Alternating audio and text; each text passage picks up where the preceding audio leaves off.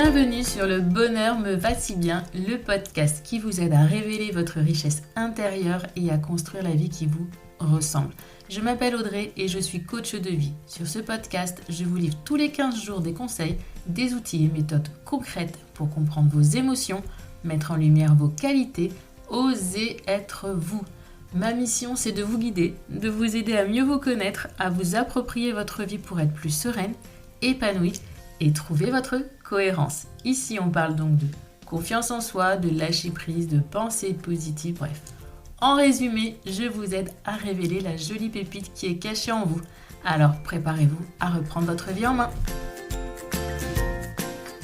Merci d'écouter ce 29e épisode du podcast Le Bonheur me va si bien. Aujourd'hui, j'ai eu envie de vous parler de livres. Vous êtes nombreuses à me demander quel livre lire pour débuter en développement personnel. J'avais d'ailleurs déjà organisé un live à ce sujet, je crois, il y a un peu plus d'1 an. Mais en 1 an, j'ai fait de nouvelles découvertes livresques, si je peux le dire ainsi. Et le sujet du développement personnel est tellement vaste. Les possibilités de lecture, je pourrais presque dire infinies, que l'on est souvent perdu face à tous ces titres et ces auteurs. Quel livre de développement personnel choisir pour réellement avancer ? Avec quel auteur, vais-je le mieux accrocher ?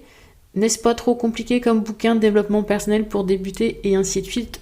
Je connais les questions que vous vous posez puisque je me suis déjà posé les mêmes. Et je vais tenter d'y répondre en listant les livres qui me paraissent les plus appropriés pour débuter en développement personnel.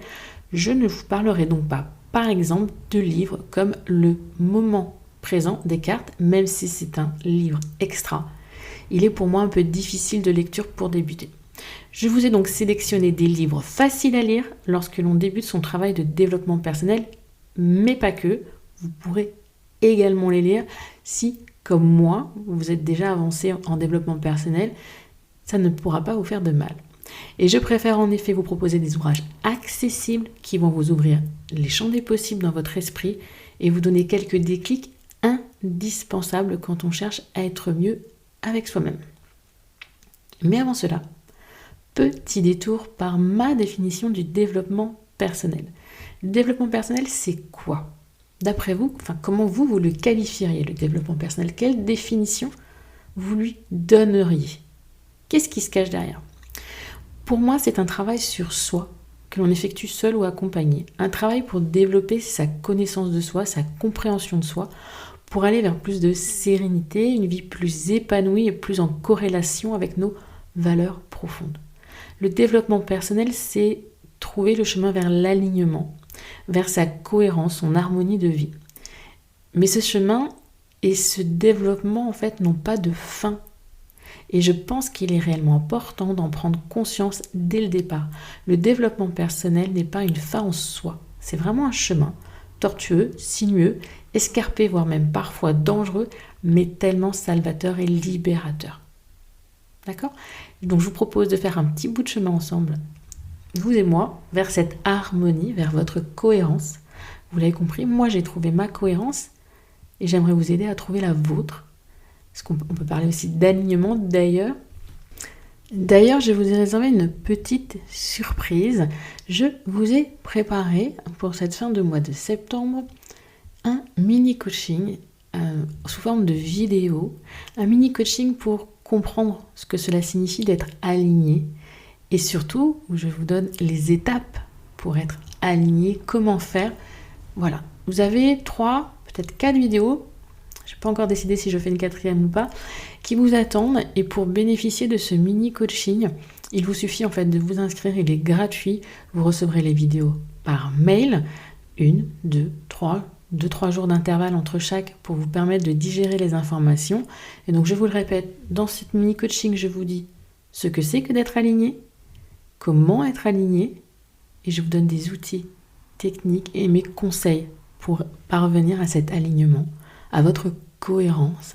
Donc n'hésitez pas à vous inscrire, c'est gratuit, lien dans le descriptif de cet épisode. Et avant de passer à la liste des 5 livres à lire, j'aimerais juste faire un petit rappel. Donc je ne cesse de le répéter et je ne pouvais donc pas vous le redire dans cet article, j'étais obligée de vous le dire dans cet article, lire c'est génial, ok. C'est déjà une ouverture à d'autres possibilités, à un savoir. Mais lire ne suffit pas. S'empiffrer comme vous le ferez avec des pizzas de dizaines de livres de développement personnel ne vous aidera que peu à reprendre votre vie en main, à vous comprendre, vous connaître. Non, il est important, si ce n'est indispensable, d'appliquer ce que vous lisez et apprenez.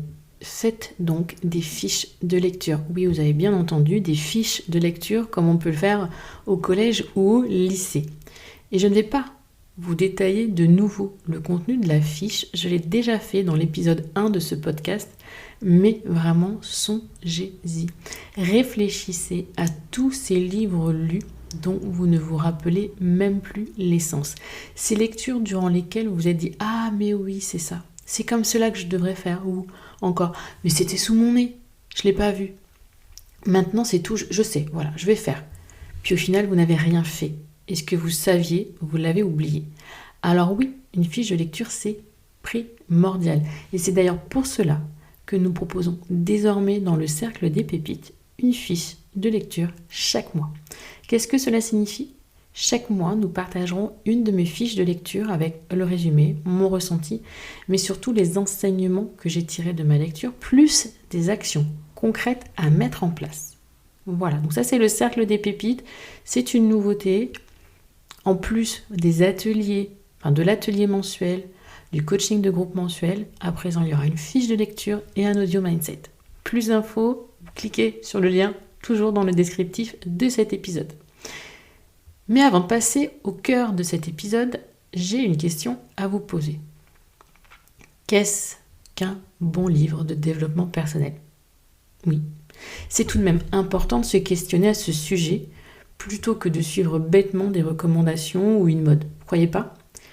Que doit vous apporter le prochain livre de développement personnel que vous allez lire, ou le premier si vous n'avez pas encore débuté ? C'est une question mais plus qu'intéressante à vous poser. Qu'est-ce que vous cherchez ? Qu'est-ce que vous souhaitez ? Doit-il vous aider à mieux vous comprendre, à vous aider à lâcher prise, à travailler votre procrastination, ou simplement à vous découvrir ce qu'est le développement personnel. Vous pouvez aussi travailler votre relation aux autres, et j'en passe. Posez-vous cette simple question: que doit m'apporter ma lecture, développement personnel ? Qu'est-ce que je cherche exactement ? Puis, choisissez votre lecture en fonction. C'est vraiment important. Ne faites pas, entre guillemets, le mouton où vous suivez la troupe. Demandez-vous avant ce dont vous avez besoin.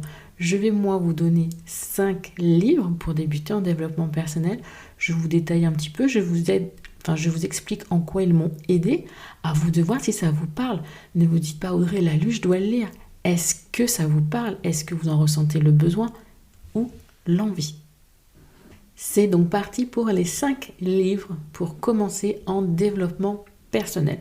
Le premier, c'est un ouvrage mythique de développement personnel, Les 4 accords Toltec. Ce livre de Miguel Ruiz est vraiment dans les livres incontournables de développement personnel. Il vous permettra de prendre conscience de beaucoup de choses, comme du pouvoir que vous avez sur votre vie. 4 règles ou 4 lois simples pour prendre le chemin de la liberté personnelle. Je dis 4, mais depuis la sortie de ce livre il y a déjà plusieurs années, l'auteur en a écrit d'autres, dont le 5e accord Toltec, qu'il peut être sympa de lire dans la foulée. Par contre, je ne vous en dis pas plus sur ce livre pour le moment, puisque je vous prépare un épisode dédié à ces 4 accords, pour vous dire à quel point c'est un incontournable. Deuxième livre de développement personnel que je vous conseille, c'est l'un des premiers peut-être que j'ai lu d'ailleurs. J'étais pas convaincue à la base, j'en avais tellement entendu parler pendant des années que je n'avais pas envie de le lire.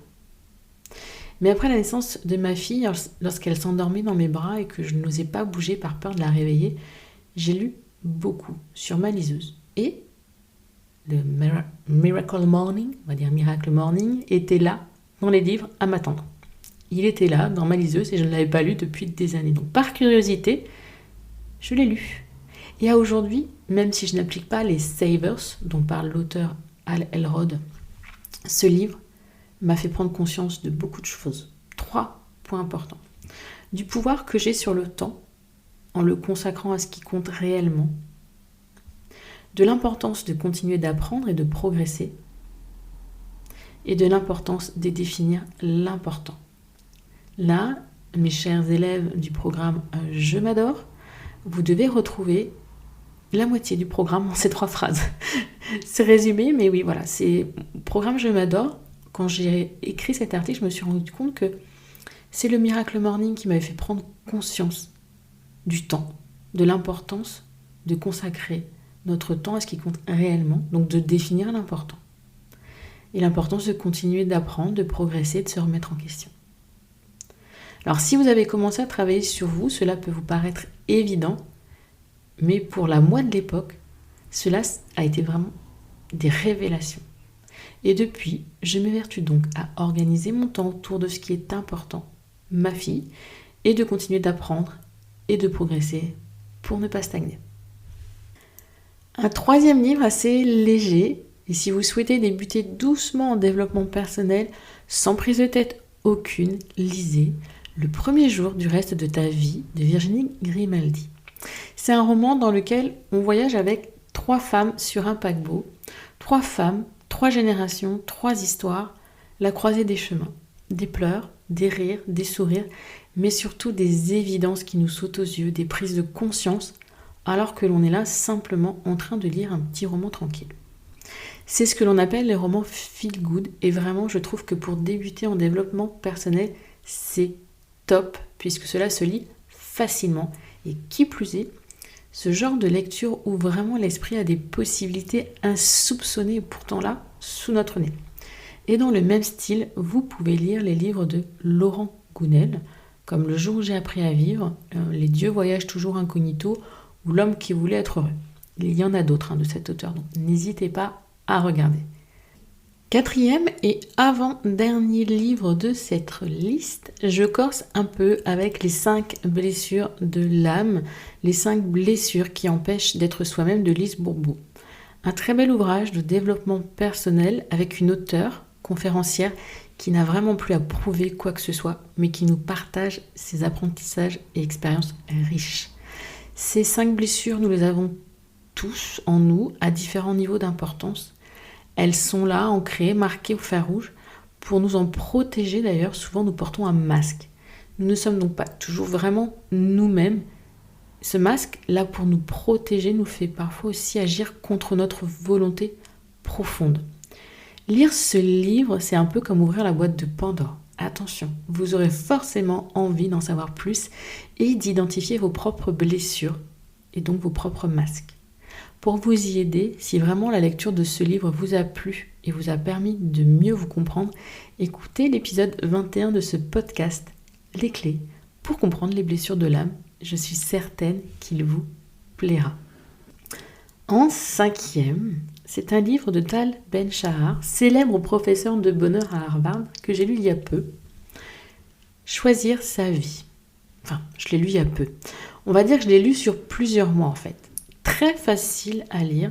L'auteur y compte 101 expériences pour saisir sa chance, 101 expériences de vie qu'il décortique pour vous expliquer que oui, la vie est faite de choix. Je lisais en fait une expérience à la fois, puis je m'en imprégnais vraiment. J'écrivais ce à quoi cela me faisait penser, comment moi je voyais cette expérience, si je l'avais déjà vécue ou non. Et c'était vraiment super enrichissant comme exercice. J'ai vraiment pris le temps de le lire et de m'en imprégner. Il m'a confirmé qu'il nous appartient de choisir la vie que l'on souhaite se créer ou de choisir de se laisser porter. C'est vraiment un très très bref résumé. Vous avez l'essence de ce bel ouvrage qui a vraiment modifié ma façon de penser et de voir les situations du quotidien. Je vous ai donc présenté les 5 livres que je pense utiles pour commencer en développement personnel. Petit récap rapide, les 4 accords Toltec, le Miracle Morning, le premier jour du reste de ta vie, les 5 blessures qui t'empêchent d'être toi-même et choisir sa vie. Et pour vous les citer dans l'ordre dans lequel je les lirai, pour une ultra débutante en développement personnel, ce serait Le premier jour du reste de ta vie, le roman Feel Good, qui se dévore, qui se lit facilement. Le Miracle Morning, pour vous faire prendre conscience du temps et de l'importance de ce temps. Les 4 accords Toltec, parce qu'il reste vraiment quelque chose pour moi d'ultra important dans le quotidien. C'est vraiment quelque chose que vous allez pouvoir appliquer, comprendre et mettre en place dans votre vie de tous les jours. Idem pour le 4e, choisir sa vie. Vous pouvez faire comme moi et le lire en plusieurs mois. Prendre un des comptes et puis entre deux autres livres. Enfin, faites comme bon vous semble. Et le dernier, les 5 blessures de l'âme, car c'est peut-être celui aussi qui m'a le plus chamboulé. L'écriture est peut-être un petit peu, entre guillemets, moins fluide que les précédents, si je peux le dire ainsi, mais il reste hyper accessible. Donc, bonne lecture et n'hésitez pas à venir voir à quoi ressemble le cercle des pépites dont je vous ai parlé tout à l'heure. Tous les mois, j'y propose un atelier thématique, un coaching de groupe. Et les coachings de groupe, on a commencé. Il y a déjà eu de belles révélations, de belles prises de conscience. Et c'est vraiment magique, la force que l'on a en groupe, la confiance, la bienveillance qui se dégage dans ce groupe de femmes, vraiment magique. Une fiche de lecture, donc, en plus, et un audio mindset. C'est sur abonnement mensuel, trimestriel ou annuel, peu importe. Et je pense que vous serez surprise du tarif vu tout le contenu proposé. Donc je vous laisse aller jeter un petit coup d'œil. Et pour terminer, pensez aussi au mini-coaching, être aligné, qui vous est offert avec ces 3 vidéos, ces 3 mails, pour vous donner les clés pour trouver votre cohérence, votre harmonie, votre alignement. Vous appelez ça comme vous voulez. Mais ce mini-coaching, je l'ai vraiment pensé bien-être, vraiment songer à mon parcours, comment je suis parvenue à trouver ma cohérence, qu'est-ce qui a fait que j'ai réussi à avoir les clés pour ouvrir la porte ou les portes qui mènent à sa cohérence, à son alignement. Cet épisode est donc terminé, je vous dis à la semaine prochaine. En attendant, je vous souhaite une belle journée, une belle soirée, une belle semaine ou un bon week-end.